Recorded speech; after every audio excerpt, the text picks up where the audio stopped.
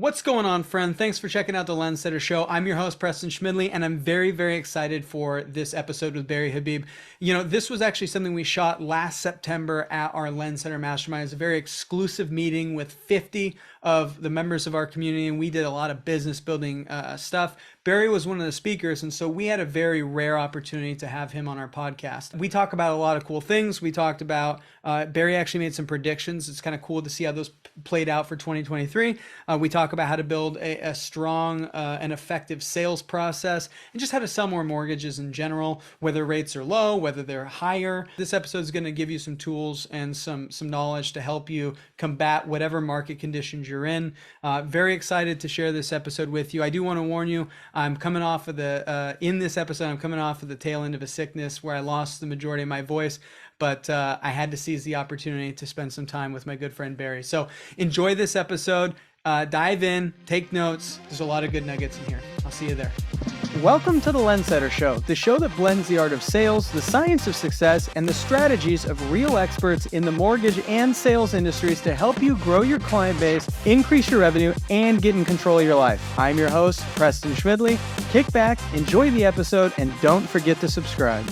What's going on, friends? Welcome to the Lendsetter Show. I'm your host, Preston Schmidley, and I'm here with a good friend of mine, Barry Habib. He's a very esteemed professional within the mortgage industry. And on this episode, we're going to be diving in to a lot of really good topics, mostly centered around what's happening in the housing market and how mortgage professionals can go into this next season and really maximize their growth and seize market share. So without further ado, Barry, thank you for being on the show with us. I appreciate you, bro. So good to be with you, bro. Absolutely. Yeah. One of the things I actually wanted to start on is I find this fascinating. I've gone through it twice now, is your book, Money in the Streets. And I have a lot of notes. I love all the blue stickies in there. Yeah, there's a lot of highlighter too as I go through the pages. Man. One of the things that I find fascinating about your story is, I think a lot of people that know you know the success of Barry Habib. They know MBS Highway. They know the speaking. They see you at these events and they love you for that. But one of the things I think is cool is kind of that return to like where you came from and how you launched that. One of my favorite parts of Money in the Streets was where you talked about your parents immigrating to the United States, and your mom was working in a factory, and there was actually a point where I think your dad had a heart attack and your mom had to really take over, not only providing for the family, making sure the kids made it, and were alive, but also as the breadwinner, right? And so I'd be curious just to talk a little bit about what you feel were some of your biggest lessons on the journey from, coming from the foundation that your parents helped you establish coming to this country, and then how you took that and created this opportunity. Because the book, like the title, is pretty self-explanatory. Money's in the streets, and this is a belief that you have where money's all around us. We just have to be able to look for it and see it, right? I'd be curious about some of the things that you felt were paramount in your development to who you are today. Well, thanks, man. Yeah, so much of it is. So my parents were immigrants from Europe, and like so many people, they came to this country and they were told about the riches in America. And they said, America's such a rich country, there's money in the streets. And, they were older. My dad was 57, my mom was 40, and then they found out, oh, guess what? You're pregnant. And Wow. yeah, so I arrived on the scene, much younger than my other siblings. And I'm first generation born here in the States. And as I was growing up, we had plenty of adversity, like so many people do. Sure. We grew up really, really poor. As immigrants, they had nothing. They came from Turkey. Our background's from Spain, but they had several generations in Turkey, and they actually had a good life there. But they wanted to come to America for the future. Right. And for sure. I am so grateful to that. Never forget that, and always try and honor that. So as they came here, they were a bit disillusioned because there wasn't exactly money in the streets, you know. And they would tell me the story about almost how ridiculous it was to think that there was money in the streets and how wealthy the country was. And my dad wound up, as you mentioned, he passed away when I was a young boy. My mom worked in a sweatshop factory making dresses, so it was really tough. And it was just mom and I, because my siblings were so much older. They got married, they moved out. But she taught me a lot of values. She taught me that, as poor as we were, to help others. Yeah. And, she's like, that, God will help you if you help others. And if she would see someone less fortunate, what little we had, she would always try and share.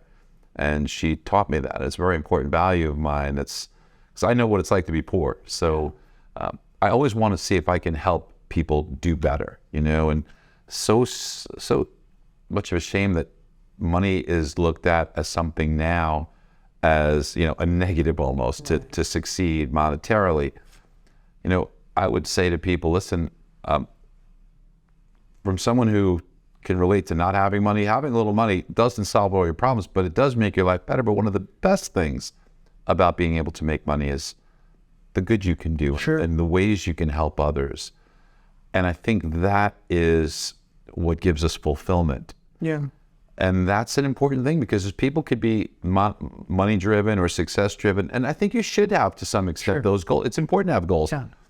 But they can also be unhappy if they don't add fulfillment to that. And for me and many other people, that comes from doing good and feeling good about your purpose and helping other people and seeing that change. And I think that is a missing ingredient for people. I actually feel like in the marketing world specifically, I know a lot of people that they stumbled into something good and they started to make money, but they were kind of directionless and they didn't know what they were going to do with it.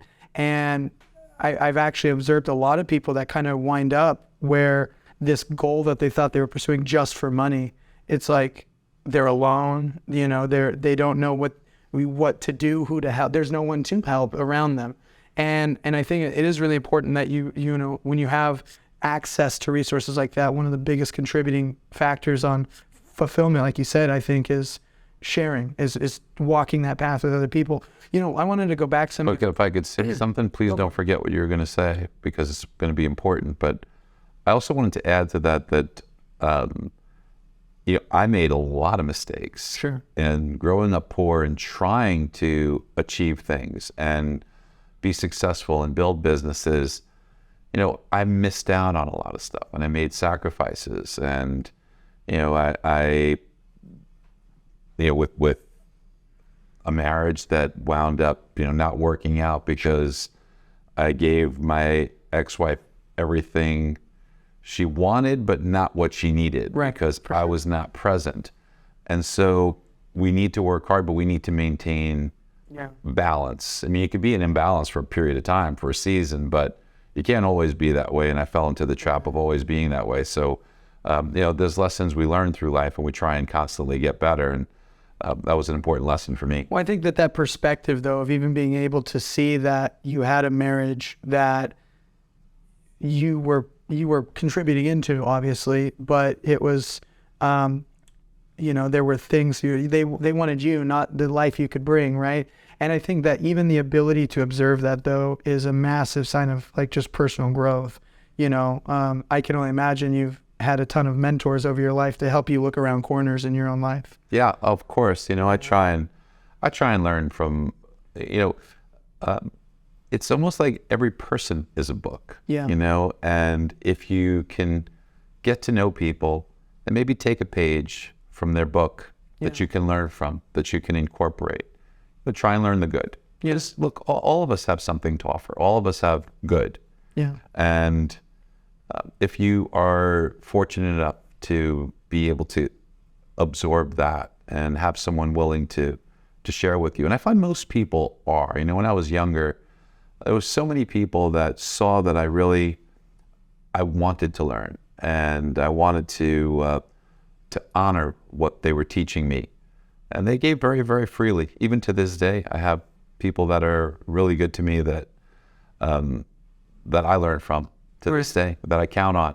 That's awesome. Your kind of idea of giving back too, and using the established wealth of your hard work kind of reminds me of Tony Robbins, how he does the Feeding America, which I think is an awesome thing. To have a mission behind doing what you do. I think that's awesome. He is really special. I mean, I'm proud to say that he's a close friend, and he's an incredible human being. Yeah. And he has a gigantic heart. Yeah. He's He's a really special guy. He deserves all the success he has. He's like a wonderful blend between like philanthropist and giving back, but also entrepreneur. It's like he loves the game, but he gives so much of it away still. You know, I think it's cool. You had said something about wealth, and I think this is actually kind of an even cooler expansion. Talking about like how your mom would like to give back what she could, even, you know, if it wasn't much. If I recall correctly, I read in your book that your family had 94% of their finances confiscated by the Turkish government. Yeah, when they left. Not fun. Your mom lost everything but 6%, and she was still willing to share, and I think that is huge. Yeah. That's got to be part of the foundation of what created you as a human, you know? Yeah, I think it's important. And what my mom taught me, the way she taught me, I should say, is what I always tried to do with my kids, and really in general, is it's just the basic idea of planting seeds when the ground is fertile. Yeah. You know, like my mom didn't pontificate to me, but when there was an opportunity and she could tell that I was a curious kid and I was interested, those were the times that she planted the seeds of lessons that we're going to endure. And I tried to do the same thing with my kids, you know, as I was raising them, and hopefully that's turned out well. Yeah, that's awesome. So if you're watching this and you start, maybe you're new to the industry, you don't necessarily know who Barry Habib is. He is the creator and the CEO, correct, of MBS Highway, and it's a phenomenal software that helps mortgage professionals be advisors to their clients from a position of solid information and making sure they're getting exactly what that consumer needs when they need it, the numbers, all the projections. It's a beautiful tool. If you haven't checked it out, I would definitely recommend it. That is not a paid plug. I just love a good software when I see one, and I can tell you you've built something cool. Why don't you talk to us, Barry, about some of the things maybe through that you guys have seen in the recent, obviously in the market right now, it's an interesting time for a lot of loan officers. There's uncertainty, there's fear, there's lots of doubt. And I think more than anything, they could use kind of a North Star. They could use a guiding light into what should I be doing? How should I be growing? And I would be curious about your perspective just through what you do at MBS Highway, some of the observations you've made for this upcoming season and how loan officers can adapt and grow. I think that we all have to take responsibility to be the CEO of our own business, the CEO of our own life. Right. And imagine a big company with a very successful CEO. You have to be prudent, but you wouldn't cut all marketing, would you? You wouldn't not invest, would you? And investment comes in the way of time, improvement, but also in building and investing in tools, investing in resources. You got to build the top of the funnel. That's why I love what you do. Yeah. Because there's so many things that you guys do, but providing a way for them to bring in opportunities, bring in leads, bring in exposure, that's such a critical element. And yet it's curious to me why people don't see that, you know? So I admire what you do and so many people that I talk to that you help to such a great degree. So that CEO mentality, it really changes everything. When you start viewing it as a CEO, you know, if you're a realtor, if you're a loan originator, whatever your business is, you should look at how am I feeding the machine? How am I bringing that in? And then how am I converting that? And then how am I differentiating myself? Am I fighting the same battle as everybody else is? Am I trying to sell or am I trying to advise? And it's curious to me because, you know, we're in the mortgage industry. I mean, we touch other things, but let's just say focus for a minute in the mortgage industry, real estate. It's shocking to me that someone would get a potential client on the phone, and that's gold, okay? You have to nurture that because this is an opportunity. You either turn it into a liability where what you've done, now think about if you don't convert that transaction, what happens? You lose time, which is the only irreplaceable asset, right? So the value of time is huge, and you've just wasted it. It's gone. So that's a big expense. And in addition to that, debatably the biggest. I agree with you. And then in addition to that, think about what starts to happen with the source of that referral. if it were, let's just say, a real estate agent, okay, or a previous client. If they send someone to you and you don't convert it, they're going to only do that for so long. Right. Okay. It just, because if you don't convert it, it's a bad reflection on them by sending it to you. Well, and they risk now. They could lose the deal because the time that's gone by, the balls drop. The person goes, "I'll just stay renting." Yes. Or they just choose someone else. Right. Right. So they choose another person who's a competitor. Now, what we really need to do is stop doing the things in the mortgage profession, like, making the focal point interest rate because someone's always going to be cheaper, or making the focal point how to get a loan approved, because guess what? This can do that faster, cheaper, and more accurately than any of us can. So it's a loser's game that people are playing. They're playing a game that they're setting themselves up for failure because there's no way you win at that. Yeah. You can't always be the cheapest, and somebody will be faster, or somebody will figure it out the same. It's limited in scope. But if you transition into insights and advice, Right. and believe me, there's a huge difference between knowledge and wisdom. Sure. If you can impart wisdom, people will pay for that. People will pay more for that.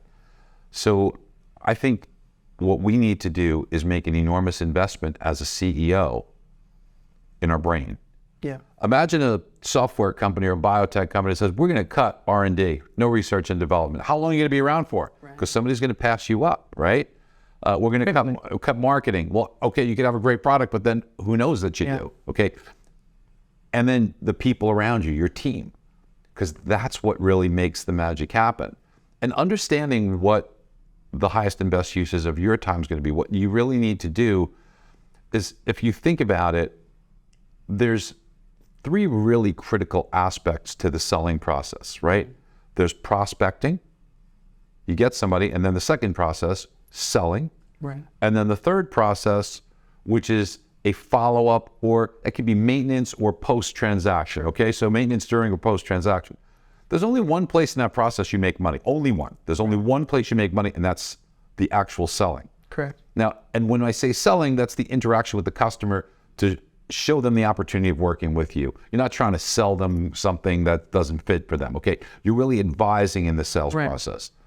So the smartest thing you could do is focus on that, be an absolute master of your craft when it comes to those opportunities, outsource the prospecting part, because that's an investment you need to make, because if you you don't make money while you're doing that. You only make money selling. So the more you take away from this, the less money you make. Now, there's spots that you pick where you make the key appearance. There's spots in the follow-up where you come in as the hero role or the heroine role, and you come in, or where you solve the problem, or where there's an issue you have to, of course. And then there's the post-transaction. Those things need to be automated so that the limited resource of time is focused on that as your main focus of activity. But you have to be a master of your craft, because, okay, I'm focusing all my time, but if I don't have value or advice or wisdom to impart, my closing ratio is in the toilet. You want to be a tiger where you're gonna blow people away with your wisdom to the point that they're gonna say, "Oh my God, what else am I gonna miss if I don't work with you?" Yeah. Because the lowest price, the lowest rate on the wrong strategy on something as important as purchasing a home or taking out a mortgage, it's so much more expensive to get the lowest price or the lowest rate than to get a competitive price or rate on the right strategy or game plan or opportunity. One of the things that I've always said to our clients when I'm consulting is people seek price in the absence of value. And the second layer to that is value as a concept based on need. And I usually give this example where it's like, imagine that you stub your toe and you don't know if it's broken or not, but it's still painful, right? So it's like, you got to do something. Well, you're just going to go to urgent care, right? You don't care who does it. You just want the x-ray. You just want to make sure the toe's okay. Maybe you tape it to the next toe and you keep going with your life, right? You literally don't care. You want the cheapest, fastest option, right? Now, if your child has a brain tumor, you're not looking at the price sheets. You want the best. You want the best. You're flying to Denver. You're flying to Seattle, right? You're going to St. Jude's, wherever you have to go, and you'll figure the money out. And so I always use that example is like, people seek price in the absence of value. But if something's valuable enough, people aren't even looking at the numbers. If it's life or death for their kid, which is debatably one of the most valuable things for most people, it exposes, it's the extreme part of the example, but it exposes this paradigm of like, if you can communicate the real value of this transaction and what you have to offer, people will look past the, But you can't give what you don't have. So you have to clearly spend the time, invest the time, be knowledgeable enough, and understand the market. So that's a good transition into what your initial question was actually about the markets, about what we can expect. So I think the word you used was season, and I think that's very appropriate because I see this as a season. It's a difficult season. Yeah. Because we have seen interest rates rise to levels that many people haven't seen in their careers. Right.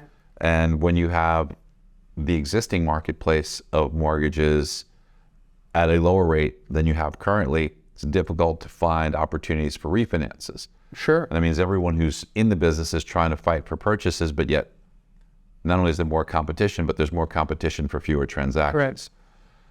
I mean, while the media is not doing us any help because the media loves a bad story, the media knows. If it bleeds, it leads. Yes, it does. And fear sells. So sex sells and fear sells. So you have an opportunity for the media to do fear porn here. So so what we see happening is a difficult series of events.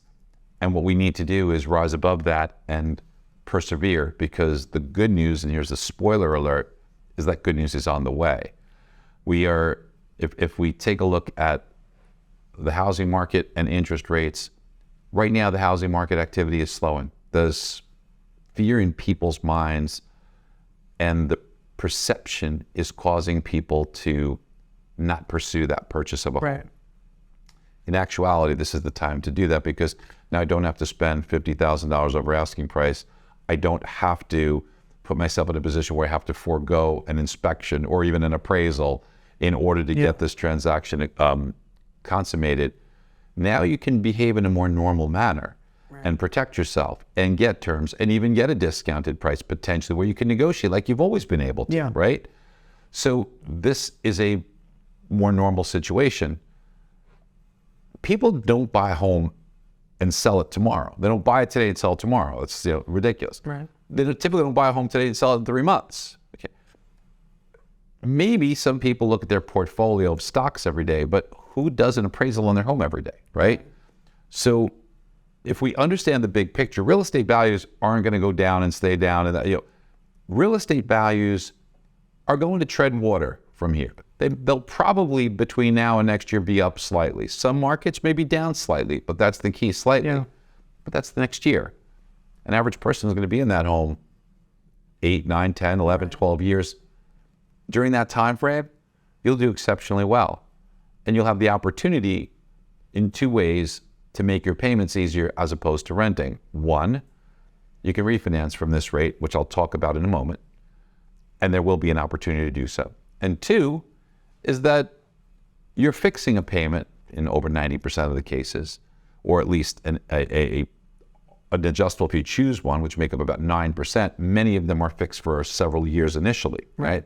So these make your payments over time better than renting, which will go up. But the real key that people fail to look at is that incomes are going up rather significantly now, typically around 9% a year. Jobs where people have stayed are seeing a 7.6% increase. If they're switching jobs, they're seeing 16%. So let's take a blended 9%.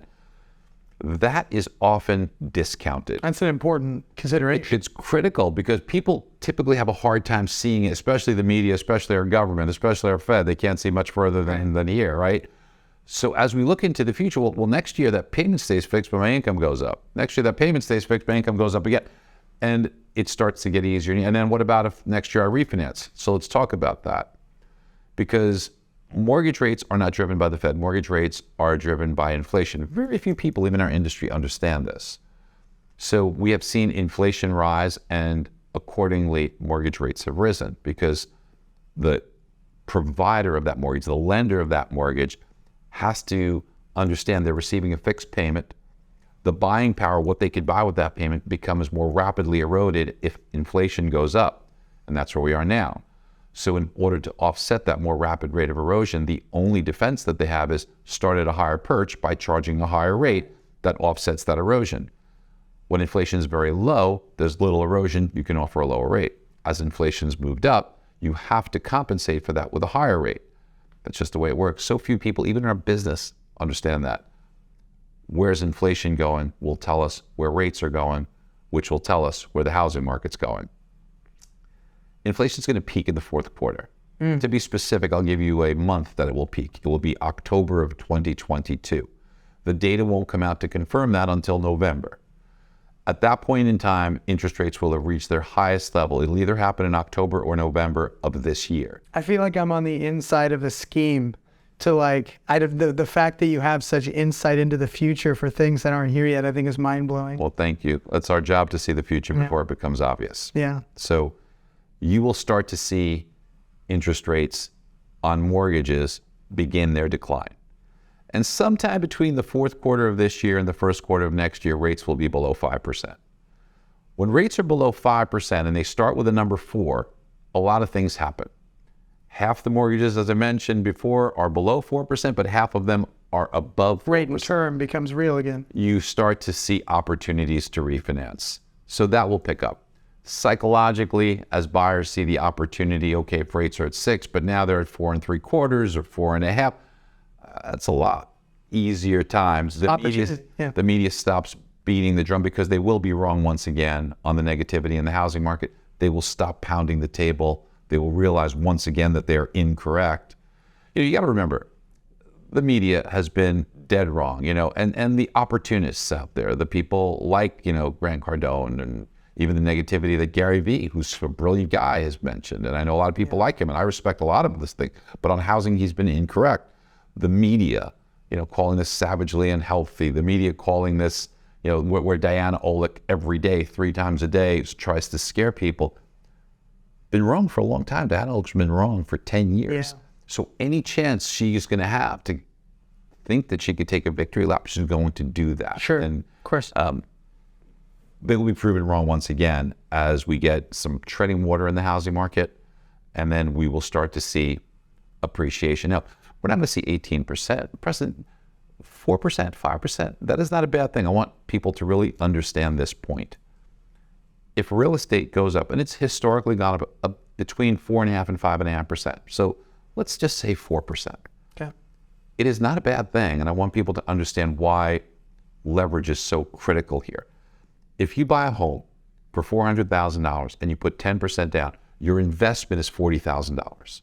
Now, the monthly payment, you're going to have to make a monthly payment somewhere. It's going to either be renting or it's going to be purchasing. So that's going to work out. And if people say, well, the purchase is a little bit more expensive in the payment, once you account for the principal portion, which is your own money, it's typically cheaper than renting anyway. So that's part of the equation. So you've got a payment. So I put $40,000 is my investment on a $400,000 property. Right. That goes up 4%. You literally just gotten your money back. Well, you made $16,000 as a 4% increase on a $400,000 home. A $16,000 profit on a $40,000 investment. That's great. 40% rate of return. That's fantastic. Net worth. Yeah. It's important. We all want to have a good net worth, right? How do we stack up? A study was done by Kiplinger's. And if you want to be in rarefied air, you want to be in the top 1% of the United States, let's take all of your assets, subtract all your liabilities, that'll give you your net worth. Right. If you have $10.8 million, you're in the top 1%, rarefied air. Okay, so what about the top 2%? That's pretty darn good, right? It dropped significantly, 2.5 million. Really? 2.5 million, you are in the top 2% of the United States. Yes. Hold on. To be in the top 5%, it's $1 million. You're in the top 5% if that's your net worth. If you're in the top 10%, it's $800,000. If you're in the top 50%, it's $500,000. But here's the big point of it all. Here's the big point. A lot of big drop-offs there. Here's the big point. According to the study in Kiplinger's, 2/3 of that net worth, you know where it came from? Real estate. So you got to be in the game. Yeah. If you want to be in the top net worth, You need to have real, and that's why so many have made their wealth through real estate. Right.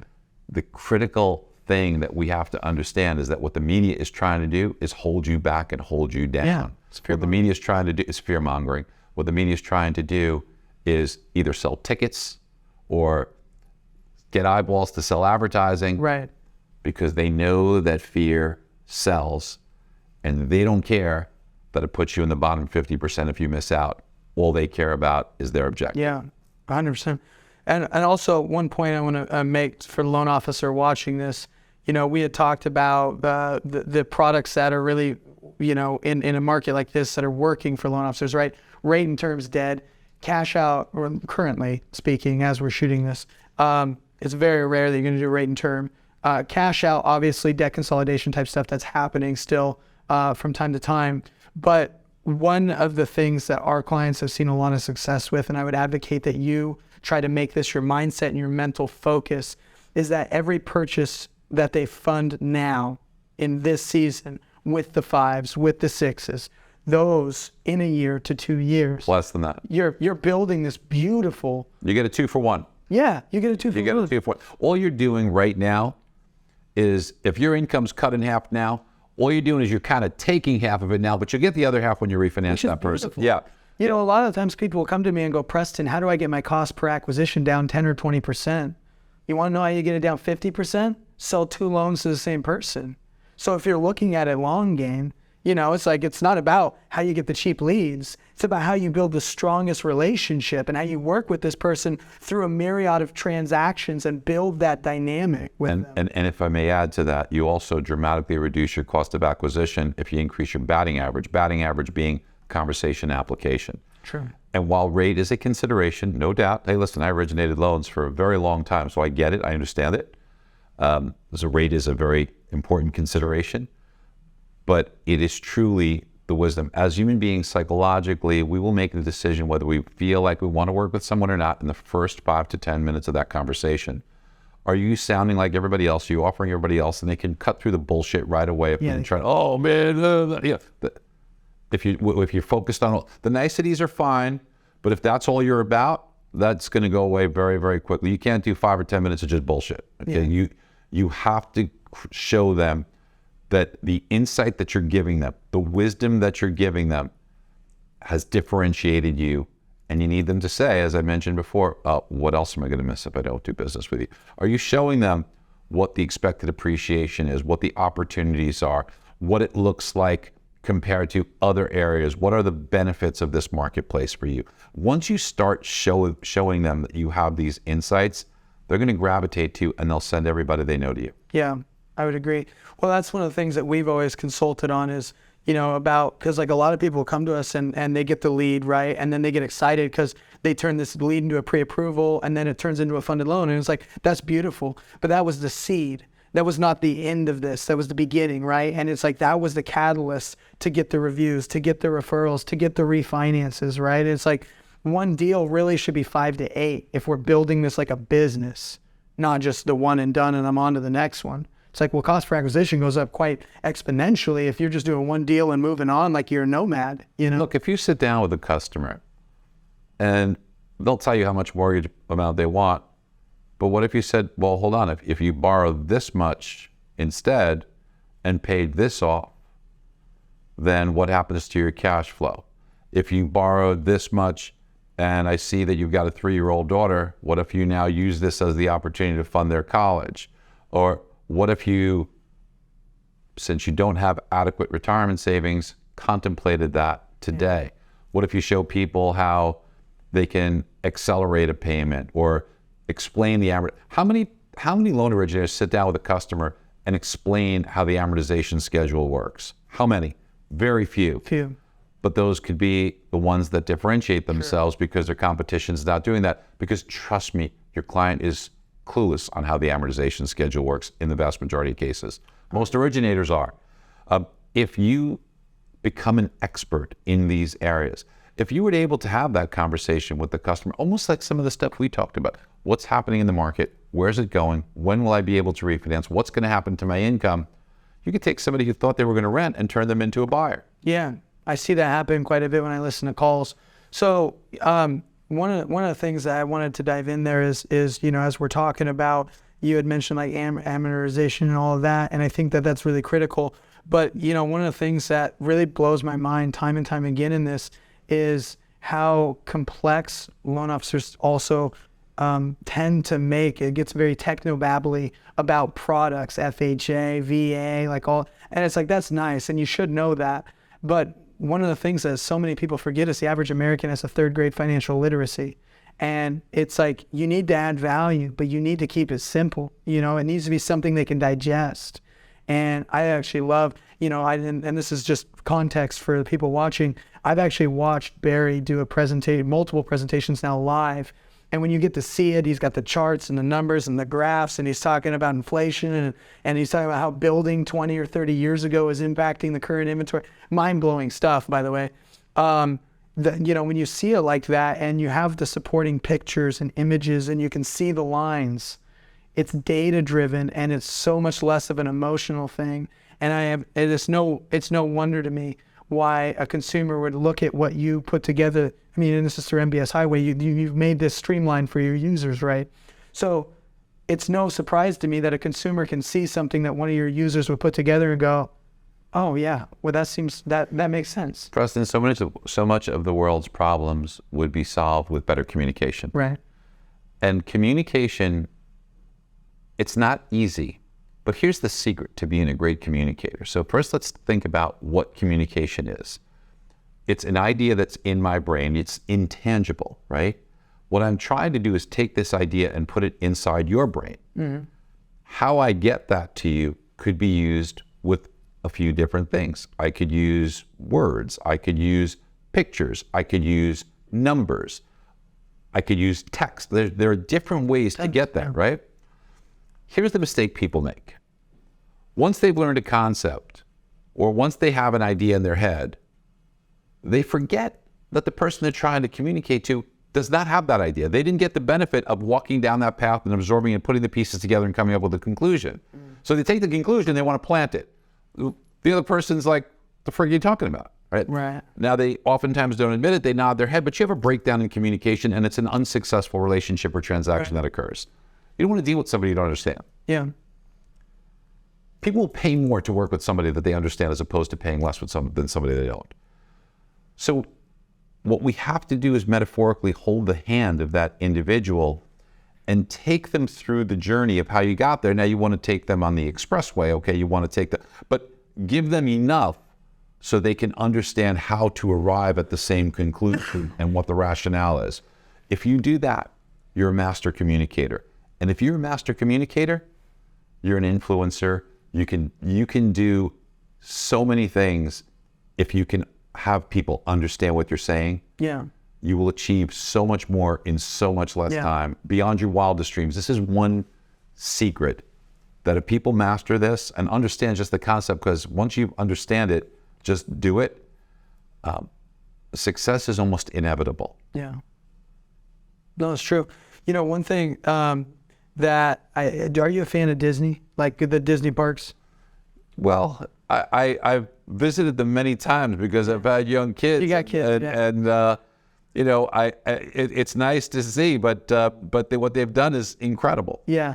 So we went to a mastermind we were at Hollywood Studios in Florida, and it was me, McBilly, a few other about 10 other marketers. And after the mastermind was ended, we had gone to Hollywood Studios just to let loose, have fun. We just spent the whole weekend working, and it was beautiful because it was during COVID. And during COVID, one of the things that was interesting about Disney was there was a lot less people, and it allowed me to have this perspective. And I'm going to bring this back to what you were just talking about because I think it paints a really good picture. When I was at Disney, there were no lines. There was nobody. And so you start to realize that Disney kind of needs the line. It kind of needs you to go through those bends, to walk around the corners, because that's where most of the entertainment and the energy Disney puts into the ride is. The attraction's not the actual thing you're going around loops. The attraction is all the cool stuff happening around you in the line. And so it's kind of like taking a borrower through a transaction where you gotta give them enough to get excited to go around that first corner, right? And you gotta give them enough to go around the second corner. But it has to look like they're not far from the ride. And they go through enough of those corners to where they round a corner and they go, oh, I thought it was by the ride, whatever.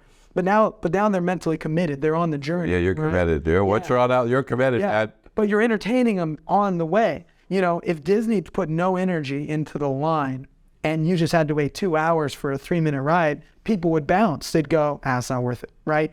But because they've built that entertainment into the line waiting for the ride, people are willing to spend those hours. And it was just kind of like I got to see behind the curtain and the illusion broke. And we were at that ride. It's the Galaxy, I guess Star Wars one. Star Wars. Yeah, I know it. You know. Millennium Falcon. Yeah. And there was nobody. And so we're just walking by and you could just see all the stuff that they've built to keep you engaged throughout this. And then we finally made it to the ride and I was like, oh my God, I actually enjoyed the line more than the ride when I didn't have to wait. And I was like reflecting on that and I was like, oh my God, this is literally just like what our loan officers are dealing with in these transactions. If they can focus on creating an experience in the line, people will be willing to wait for the ride. And it's like everybody wants homeownership. Obviously, everybody wants to ride, but nobody creates a nice line. Everybody expects the line to just be barren and put all the energy into the ride. And it's like, that's not how this works. If you can't make the line worth standing in, you're gonna have a hard time to get business. You have a hard time getting people on the ride. And it was just something that, you know, going back to what you're talking about is creating sufficient value and giving them enough to want to do business with you, to want to keep going with you. You know, I listen to a lot of calls, Barry, where you have that moment where the loan officer either is talking about themselves or their products too much and not asking enough questions, not getting engaged. You could tell, you literally, when you listen to the replay, you can hear the deflation in the person's voice. You can hear them kind of break down, right? And it's like, kind of breaks my heart because if the loan officer were just to spend a little bit more time getting to know the dreams of that person, the why, what their motivations are, so that they can actually solve the problems, right? And that's one of the things I think is beautiful about MBS Highway and your more advisor approach is you're not just doing a mortgage, bada bing, bada boom, you got a home. You know, it's not like they're just buying it from a hot dog stand. You're like these people that are using your platform, they know that you have a kid that needs college savings. They know that you have debt you need to pay debt. They've been listening. They've been aware of the situation of these borrowers, and that allows them to advise at a whole nother level. Yeah, when I was an originator, and but I did my share loans for a long period of time. I would ask the customer something that I think would surprise them. I said, okay, so what are you most worried about? And the first thing that they would talk about is something related to the mortgage, like, closing on time, or, the payment, or, am I tapping myself? So this was the first thing. And that's okay. So, and obviously with Justin, they said, aside from that, what are you most worried about? And just think about that for a second. Well, worried about my kid's college, worried about, my retirement, worried about sometimes it was health. But you take it to a personal level. Yeah. And then what you're able to do is you can't give what you don't have. But if you have an understanding of ways to create wealth and you implant that, talk about planting a seed when the ground's fertile. That changes the whole relationship. I mean, something just as there's a question. Yeah. You can't ask questions and find out if you continuously try to sell, right? Right. So this is a important way to bond and build the relationship with that customer is to ask them, what are they really concerned about? Yeah. What are your concerns? What are you most worried about? Can we use this financial tool to help address some of them and structure this in a way that helps ease some of your worries? How much is that worth? That reminds me of, we have a sales principle at, We have to wrap it up here. okay. If you want to do like a closing and then like a plug. Yeah, I got you. I'll go. We have a sales principle at Good Vibe Squad where we, for our sales team, It's just simple. It's salon, Sellan, and it's an Anglo-Saxon, old Germanic word. It's actually the origin of sales, and it means to give.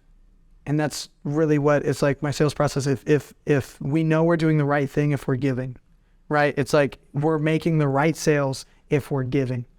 If we're selling by the conventional, we're talking, we're pushing.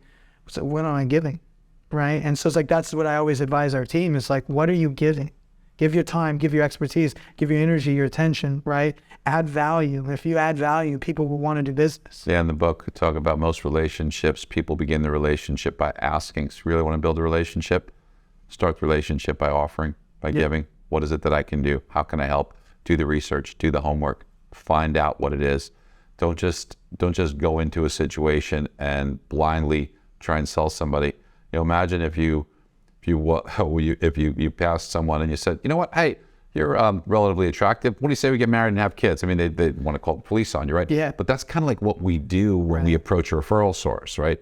So I think initially what we really need to try to do is do some research on them and understand what they're about, what they do. Yeah. It's worth it to invest the time in a referral source so that you can serve them better. There's so much social media, there's so much that you could do where you can begin the process by maybe doing something creative, pull one of their listings, create something for that listing that helps them sell without asking for anything and say, maybe this could help you. We can do this type of thing for you. Those are the types of ways that you can enter a relationship more warmly. I love it. Barry, we could talk all day. I really am grateful for your time. There's been a ton of value here for you in this episode. I would advocate, if you're watching this now still and you're not an MBS Highway user, I would strongly advocate that you go to mbshighway.com, correct? mbshighway.com, check it out. The pricing's phenomenal. I personally don't think they charge enough, but they're adding value and they're allowing you to add value. Is there any final words that you would like to add for? I just want to thank you because you and McBilly do a lot of good for a lot of people, and there's a lot of originators out there that are navigating this market in no small degree to the help that you have given them. So I want to thank you for doing so much good for our industry, so much good for those people, and more people need to be connected to you. Awesome. I appreciate you, Barry. Thanks for being on. Got it.